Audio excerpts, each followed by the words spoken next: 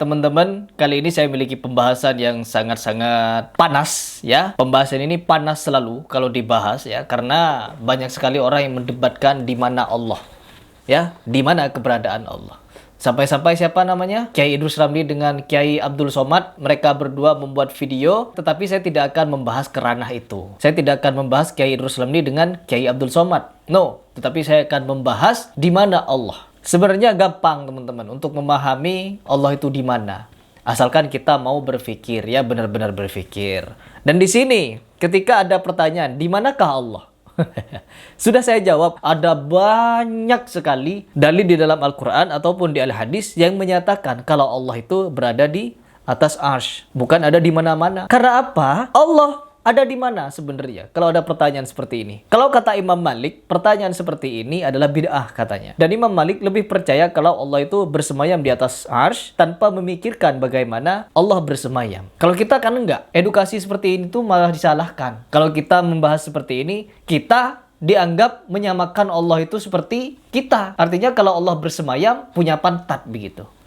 Allah duduk begitu. No, teman-teman. Kalau kita menyamakan Allah bersemayam itu seperti bersemayamnya kita, ya ini sangat berbahaya. Sama halnya ketika Allah menyatakan kalau dia maha melihat. Apakah Allah punya mata? Allah maha mendengar. Apakah Allah punya kuping seperti kita? Bukan seperti itu cara kita menafsirkan sesuatu yang gaib. Apalagi ini perkara tauhid, akidah. Akidah kita harus benar dulu sebelum kita menjalankan sesuatu yang berbentuk ibadah, muamalah, dan lain sebagainya. Kalau kita di dalam menafsirkan hal seperti ini saja sudah semrawut kemana-mana, Allah menciptakan langit dan bumi tidak akan pernah lepas dari pengawasan Allah. Apakah kalau kita mengartikan pengawasan Allah, oh Allah mengawasi. Mengawasi pakai apa? Pakai mata. Bagaimana mata Allah? No, bukan seperti itu cara memahami akidah di mana Allah atau bagaimana sifat Allah yang ada di muka bumi ini atau di seluruh dunia ini. Bukan Allahnya, tetapi ilmunya. Ilmu Allah yang ada di dekat kita. Allah lebih dekat daripada orang nadi. Bukan berarti Allah ada di dalam jasad kita. No, kalau kita meyakini kalau Allah itu ada di mana-mana, artinya kita menunjuk Allah kemana-mana, itu pasti Allah. Nunjuk gunung, ya Allah ada di gunung. Nunjuk kepada hotel, Allah ada di hotel. Kan ini bahaya teman-teman. Bukan seperti ini. Jadi ketika ada ayat-ayat yang menyatakan Allah itu bersemayam di atas arsy, Ar-Rahmanu 'alal arsy istawa, tidak ada para sahabat yang mendebatkan. Ya, gak ada yang mendebatkan. Para sahabat tidak mendebatkan. Para tabi'in tidak mendebatkan. Jadi menerima apapun yang Allah nyatakan di dalam Al-Quran. Tanpa kita itu mentakwil-takwil lagi. Ya, karena berbahaya. Kalau kita menyatakan, oh manusia ini diciptakan dengan sangat sempurna, punya tangan, punya mata, punya kuping, rambut, kulit, kaki, dan lain sebagainya. Kalau Allah menyatakan dirinya maha melihat, maha mendengar, maha mengetahui, itu cara menafsirnya bagaimana? Ya, dan di sini ada pernyataan yang sangat menarik dari Kiai Ahmad Zahro. Beliau tidak menolak kalau Allah itu bersemayam.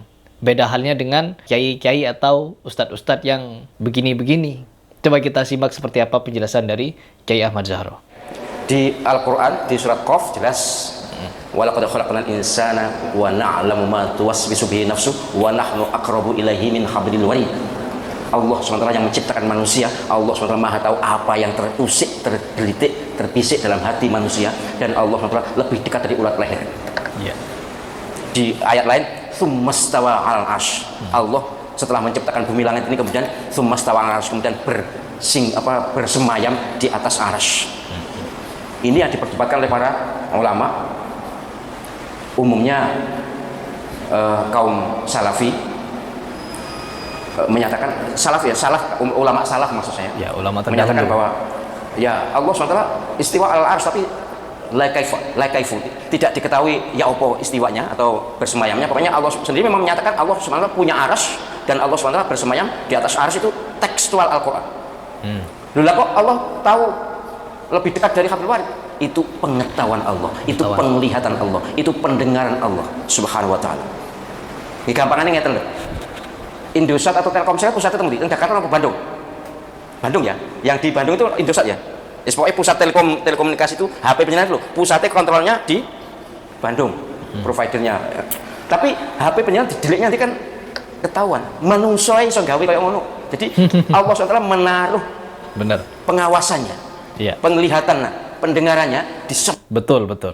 Kalau kita bisa melihat sinyal ya, sinyal-sinyal Telkomsel, XL, Indosat dan lain sebagainya, manusia saja mampu membuat seperti itu. Ya, manusia bisa menciptakan jaringan yang dimana bisa dipakai ya untuk mengupload video, untuk telekomunikasi, nelpon dan lain sebagainya, nonton video bahkan. Itu pakai jaringan teman-teman. Manusia bisa bikin seperti itu. Pusatnya ada di Jakarta misalkan, tetapi di seluruh Indonesia itu bisa sampai jaringannya. Manusia saja bisa sampai seperti itu. Bahkan setiap HP itu bisa dikontrol dari jarak jauh melalui jaringan tersebut. Bagaimana mungkin Allah yang berada di Arsy tidak bisa mengontrol kita? Ini analogi yang sangat simple. Kalau kita mengartikan Allah itu ada di atas Arsy, yang ada di bawah itu ilmunya. Allah lebih canggih daripada manusia, teman-teman. Lebih hebat daripada manusia. Manusia bisa menciptakan jaringan yang sedemikian hebat ini, bisa membuat Google, bisa membuat internet dan lain sebagainya. Allah bisa apa? Bisa menciptakan tatanan galaksi, Bima Sakti dan lain sebagainya itu. Kita hanya butiran debu. Seperti yang saya bilang, kita hanya butiran debu di hadapan Allah.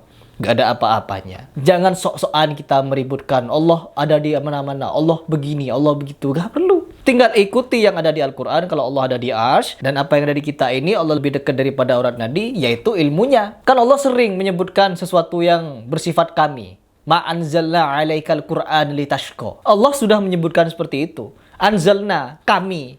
Kami itu apa? Artinya bukan Allahnya yang banyak, tetapi ilmunya yang ada pada kita. Allah beserta malaikatnya. Lebih dekat daripada urat nadi, yaitu ada Raqib dan Atid. Itu kalimat yang Allah sebutkan, bahwa Allah beserta malaikatnya. Bahkan ketika Allah bersolawat kepada Nabi Muhammad, Allah tidak sendirian. Innallaha wa malaikatahu yusholluna 'alan nabi. Allah beserta para malaikatnya bersolawat kepada Nabi. Begitu.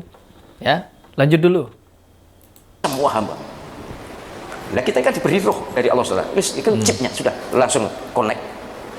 Dan nggak bisa dibayangkan Allah SWT seperti makhluk, enggak. Ya pokoknya Allah SWT maha tahu, maha besar, maha luar biasa, maha indah. Dan seluruh alam raya ini dalam genggaman kekuasaan pengetahuan Allah SWT. Bahkan innahu alimum bidzatis sudur. Allah SWT tahu rentaknya hati. Padahal ada peribahasa dalamnya laut apa? Dalam laut bisa diselami. Oke, lali aku. Ya, dalamnya laut bisa diselami, tetapi dalamnya hati belum tentu bisa. Hati siapa tahu, dalamnya laut dapat diduga, dalamnya hati siapa tahu. Dalamnya laut Palung di dekat Filipina itu 10 km, itu wis gak ono sing iso teko kono. Itu dianggap lebih mudah untuk mengetahui dalam laut dibanding dalamnya hati. Lah wong 7 miliar lebih, belum jinnya, belum malaikatnya. Allah SWT tahu semuanya. Enggak usah kita maksud iya tuh, enggak usah kita itu pernyataan Allah SWT sendiri dalam Al-Qur'an. Betul. Itu ya. Terus yang hablul warid, yang dekat dengan ini urat leher ini adalah ilmu Allah, pengetahuan Allah, penglihatan Allah, pendengaran Allah SWT terhadap hambanya, terhadap penjenengan semuanya. Tapi Allah SWT ada di mana? Pernyataan Allah SWT menyatakan tsummastawa 'alal arsy. Wis ngono lah. Gimana caranya? Wis enggak usah takok akeh. Enggak usah dipikirkan. Nek yang swarga jelas wujuhi yaumadzin nadhirah ila rabbiha nadhirah.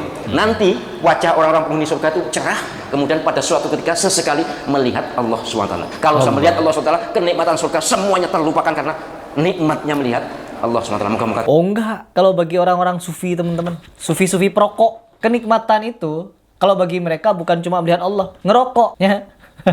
Dan di surga meskipun ada kenikmatan yang banyak, nggak ada kenikmatan rokok. Sehingga apa? Rokok di dunia, rokok ngebal-ngebul, kelepas-kelepus. Ditegur kita sama satu kiai bahwa kalau di masjid atau menyebut nama seseorang wali kurang afdol, kurang baik kalau merokok.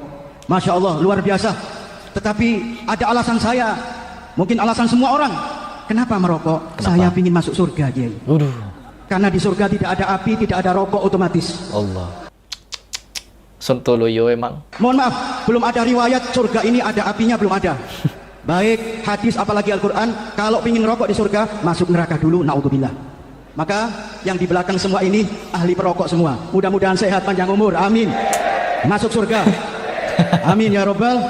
Naudzubillah min dzalik. Jadi ini adalah penjelasan dari Kiai Ahmad Zahro ya teman-teman. Kalau kalian ingin nyimak, silahkan simak ke channel beliau karena beliau membahasnya dengan detail sangat luar biasa. Kalau saya sendiri hanya bereaction. Jadi jangan sampai kita terjebak kepada syubhat-syubhat dari orang-orang yang mengaku alim, mengaku tahu ini, tahu itu, tetapi pada sejatinya mereka ini memperselisihi ayat-ayat Allah, dalil-dalil yang sahih dari as-sunnah, dan mereka tidak menyadarinya. Na'udzubillah min dzalik. Semoga kita dijauhkan dari perkara seperti ini.